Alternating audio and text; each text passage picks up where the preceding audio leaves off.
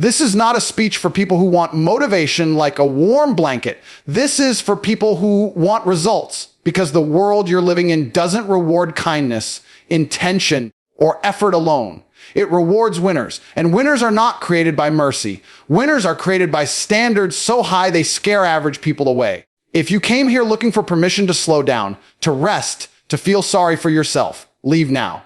This is where excuses die.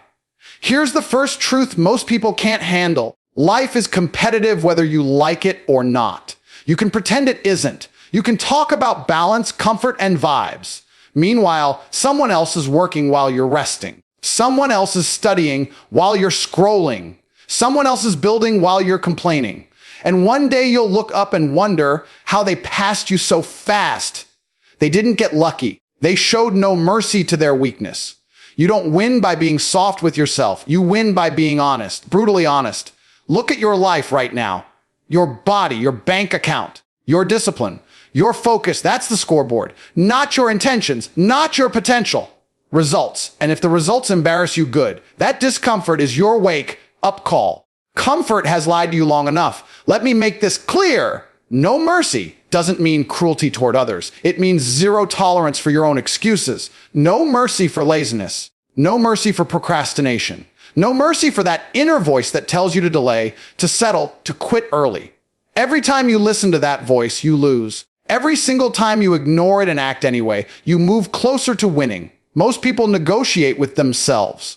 I'll start tomorrow. I'll do it when I feel ready. I'll go hard next week. Winners don't negotiate. Winners decide. They decide once, and then they execute whether they feel like it or not. Motivation is unreliable. Discipline is not, and discipline is built by doing hard things when it would be easier not to. You want confidence. Earn it.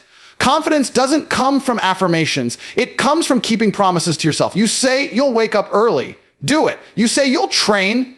Do it. You say you'll work. Do it. Stack those wins day after day, and confidence becomes inevitable. Break promises to yourself, and you train yourself to be weak. No mercy means you stop letting yourself off the hook. Here's another truth that hurts feelings. Nobody is coming to save you. Not your friends. Not your family. Not the system. Not motivation videos. You are on your own, and that's good news. Because it means if your life is falling apart, you also have the power to rebuild it. But rebuilding requires pressure. It requires sacrifice. It requires doing what others refuse to do for longer than they're willing to do it. Winning is lonely at first. You'll outgrow people. You'll lose invitations. You'll get called obsessed, arrogant, extreme. Wear it as a badge of honor.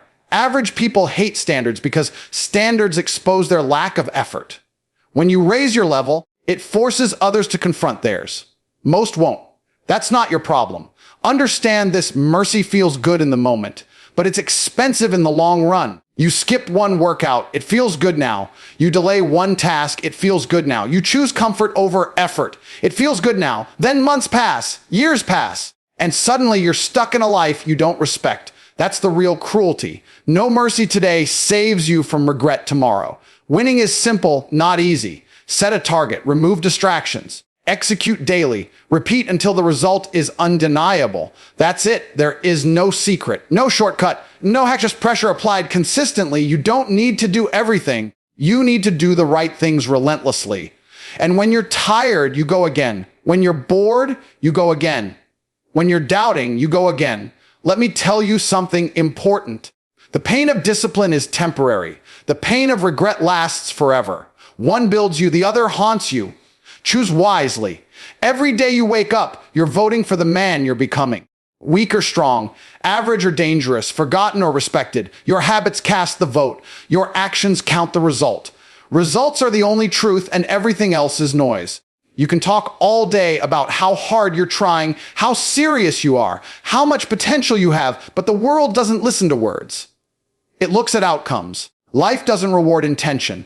It doesn't reward effort that leads nowhere. It rewards execution that produces visible, undeniable results. That's why two people can work equally hard and only one is respected. One produced something real, the other stayed busy, and busy is not winning.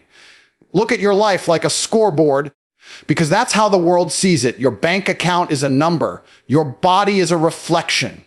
Your skills either perform under pressure or they don't. Nobody asks how motivated you felt along the way. Nobody cares how unfair it was. They look at what you built, what you achieved, what you can prove. Results are cold, brutal, and honest. They expose discipline or the lack of it instantly. Most people hide behind effort because effort feels safe. Effort lets you say, at least I tried. Results don't give you that comfort. Results force accountability. If nothing changed, it means something was wrong with your approach, your consistency, or your standards. And that's uncomfortable. So people lie to themselves. They measure success by how tired they feel instead of what they produced. That's weakness disguised as virtue. Understand this clearly: potential is worthless without proof.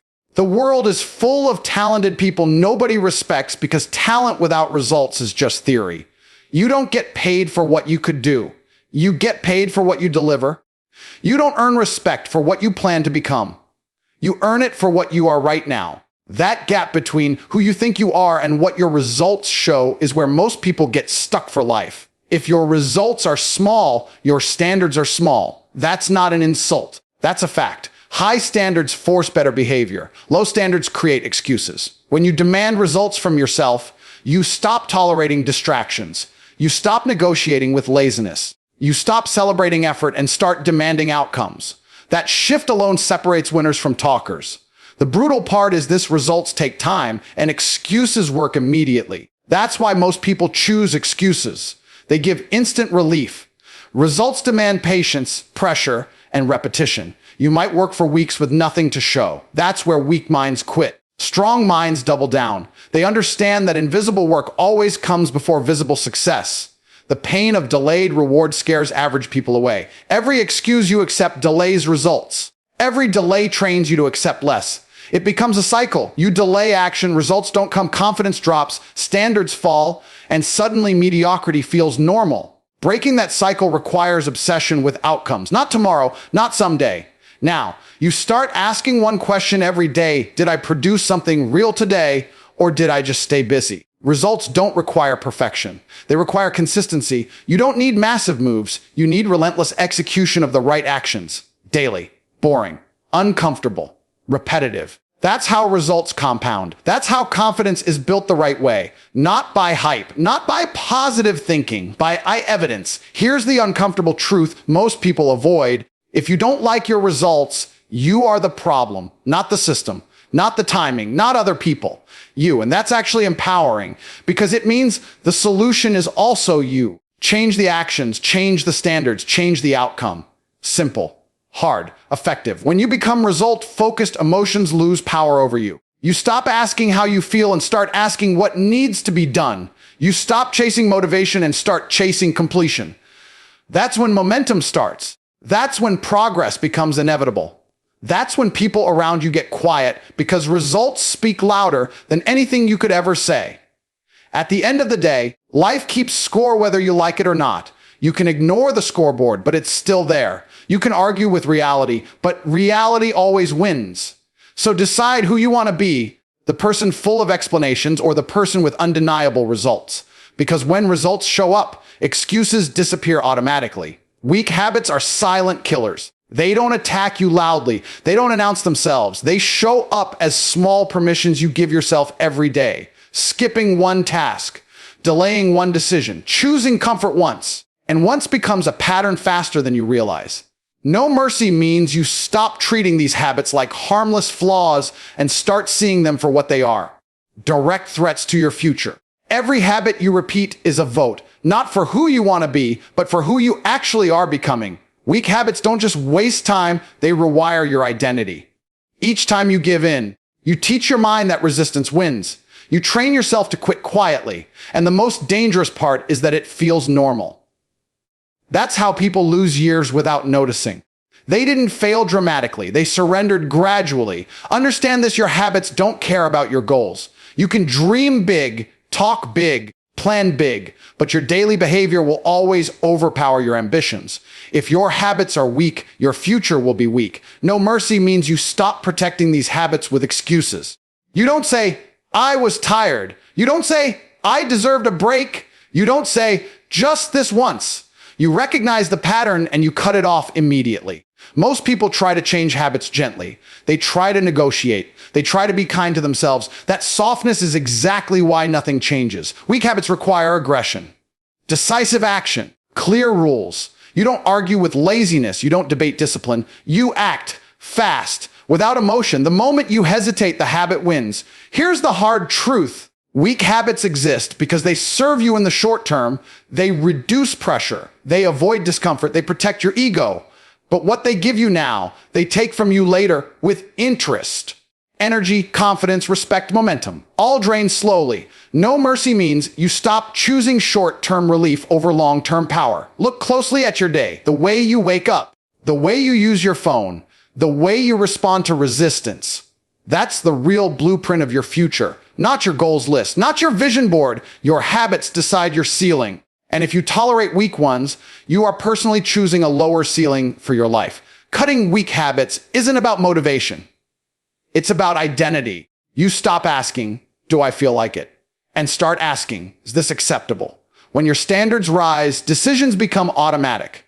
A man with high standards doesn't need willpower. He has rules. And rules remove emotion from action. You will feel resistance when you change. Expect it. Your mind will fight back.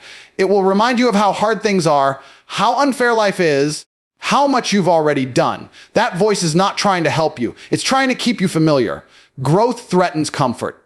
No mercy means you move forward anyway. Every time you kill a weak habit, something powerful happens. Your self-respect increases. Your confidence sharpens. You start trusting yourself again, because discipline is self-trust in action. When you say you'll do something and you do it, you build internal authority. And once you have that, everything else becomes easier. Focus, execution, resilience. Weak habits don't disappear on their own. They must be replaced. You remove one behavior and install another immediately. Action beats temptation. Movement kills doubt. You don't sit and think your way out of weakness. You work your way out of it. Repetition creates dominance. The people you admire didn't get there by being gentle with their flaws. They were ruthless with their routines. They didn't tolerate behaviors that didn't align with their goals. They understood something most people avoid. The pain of discipline is far less than the pain of staying the same. If you want a different life, you need different habits. And if you want different habits, you need zero tolerance for weakness, no exceptions, no stories, no mercy. Because every habit you allow today is shaping the position you'll be stuck in tomorrow.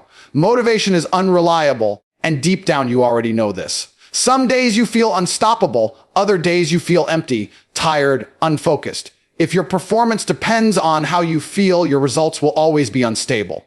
That's why most people stay average their entire lives. They wait to feel ready. They wait to feel confident. They wait to feel inspired. And while they're waiting, disciplined people are quietly passing them. Discipline is different. Discipline doesn't care about mood, weather, or circumstances. It doesn't ask how you slept or how stressed you are. Discipline simply asks one question: what needs to be done right now? And then it moves. That's why discipline beats motivation every single time. Motivation is emotional. Discipline is structural. One disappears under pressure. The other thrives in it. Think about this carefully. If motivation were enough, everyone would be successful. Everyone has felt motivated at some point. Everyone has watched a video, heard a speech, felt that rush. But look around. Where are the results? Motivation creates excitement. Discipline creates outcomes. One feels good, the other changes your life. Most people don't fail because they lack desire. They fail because they lack systems. They don't have rules for their behavior. They wake up and decide their actions based on feelings. If they feel strong, they work. If they feel weak, they rest. That's not freedom. That's slavery to emotion. Discipline is what takes control back. When discipline is in place, you don't need to argue with yourself. There's no inner debate, no mental exhaustion. The decision has already been made. You train because it's training time. You work because it's work time. You execute because execution is non-negotiable. That simplicity is power. Here's something most people misunderstand. Discipline is not punishment. It's protection. It protects you from regret. It protects you from wasted potential. It protects you from becoming the person who always wonders, what if? Every disciplined action is a deposit into your future self-confidence. Every undisciplined moment is a withdrawal. Discipline also builds identity. You don't become disciplined after you succeed. You succeed because you became disciplined first. Every time you act despite resistance, you reinforce the identity of someone who follows through. And once that identity is built, consistency becomes automatic. You no longer rely on external energy. You generate internal authority. There will be days when motivation completely disappears, days when nothing feels exciting, days when quitting sounds logical. That's where discipline proves its value. Discipline doesn't need excitement. It only needs commitment, and commitment is what separates people who get temporary progress from people who build unstoppable momentum. Look at anyone who operates at a high level for a long time. Athletes, builders, leaders. They are not fueled by constant inspiration. They are fueled by routine standards and repetition. They do the boring work with precision. They do the hard work without drama. That's why they win when others burn out. Emotions change hourly. Discipline compounds daily. Miss one day because you don't feel like it, and it gets easier to miss the next. Show up despite resistance, and it gets easier to show up again. Discipline creates momentum, and momentum creates dominance. This is not theory. This is observable reality. When you rely on motivation, you give power to external forces. When you rely on discipline, you become internally driven. That shift alone changes everything. Your confidence stabilizes. Your focus sharpens. Your results become predictable. And predictability is strength. Discipline doesn't make life smaller. It makes it controlled. It removes chaos. It removes excuses. It removes dependence on feelings. You stop being reactive and start being deliberate. You stop hoping for good days and start producing good days. If you want consistency, you don't need more inspiration. You need stricter standards. You need fewer emotional decisions and more automatic execution. Because at the highest level, winning isn't about how fired up you are. It's about how reliable you are when pressure hits. Negotiating with yourself is one of the most dangerous habits you can develop because it feels intelligent while quietly destroying your progress. It sounds reasonable. It sounds mature. You tell yourself you're being flexible, realistic, understanding. In reality, you're teaching your mind that decisions are optional. And once decisions become optional, execution disappears. Every time you say, "I'll do it later," you're not postponing a task. You're weakening your authority over yourself. You're telling your brain that resistance is allowed to speak louder than commitment. Do that enough times and your word loses weight. You stop trusting yourself. And when you don't trust yourself, confidence collapses. Winners don't argue with their own decisions. They don't wake up each day re-evaluating promises they already made. They decide once, clearly, and then their behavior follows automatically. That's the difference. Most people waste massive amounts of mental energy debating actions that should already be settled. That inner back and forth drains focus before the real work even begins. Look closely at how negotiations start. It's never dramatic. It begins quietly. "I'll skip today, but I'll go harder tomorrow. I'll rest now and make up for it later. I've already done enough." These statements feel harmless. They're not. They create a pattern where comfort gets a vote. And comfort always votes against growth. Decisions lose power when they are revisited daily. Imagine deciding to build something serious while constantly asking yourself if it's still worth it. Progress would stall immediately. That's exactly what happens internally when you negotiate with yourself. You turn firm commitments into soft suggestions. Strong people simplify their lives by removing decisions. They don't decide whether to work. They decide when. They don't decide whether to train. They decide how hard. This structure eliminates excuses. When action is scheduled and non-negotiable, emotion becomes irrelevant. Negotiation also feeds self-deception. You start believing you're disciplined because you plan well, even though you execute poorly. Planning becomes a substitute for action. Talking becomes a substitute for doing. You feel productive without producing anything real. That illusion keeps people stuck for years. Here's the uncomfortable truth. If you allow negotiation, you allow failure. Not immediately, but eventually. Because once you give yourself permission to delay, your standards drop. Once standards drop, performance follows. Once performance falls, results disappear.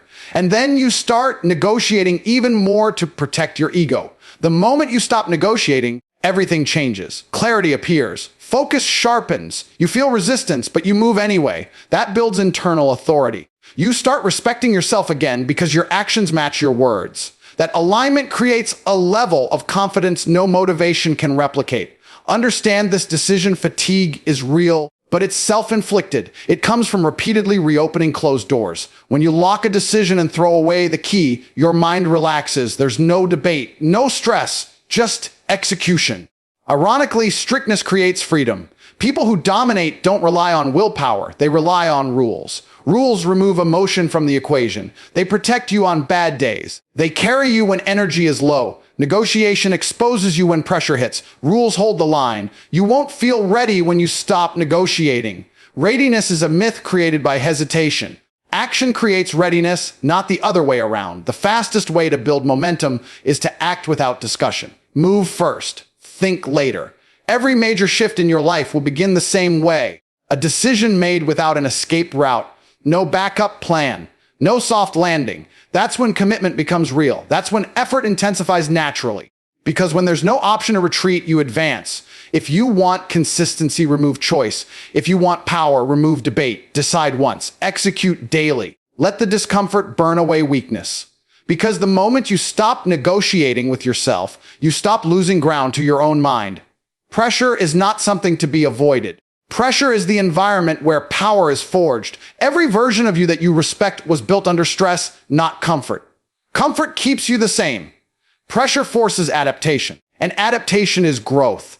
The reason most people stay weak is simple. They design lives with no pressure and then wonder why nothing sharpens. When pressure enters your life, it exposes truth immediately. Under pressure, excuses collapse, stories fall apart. You find out who you really are when there's no room to hide. That's why pressure feels threatening to average people. It removes their ability to pretend. But to someone serious about winning, pressure is valuable feedback. It tells you exactly where you need to improve. Think about this clearly. Muscles don't grow without resistance. Skills don't improve without difficulty. Confidence doesn't form without risk. The same rule applies to your mindset. Without pressure, your mind stays soft. It avoids hard decisions. It delays action. It seeks comfort. Pressure interrupts that cycle and demands performance.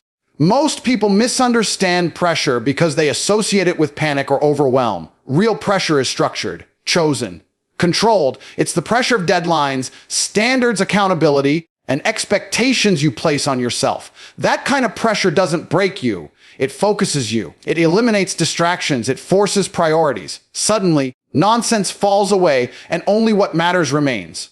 Avoiding pressure feels safe in the short term.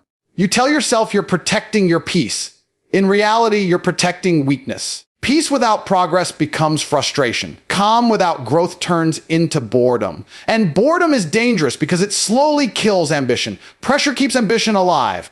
When you operate under pressure consistently, something powerful happens. Your tolerance increases.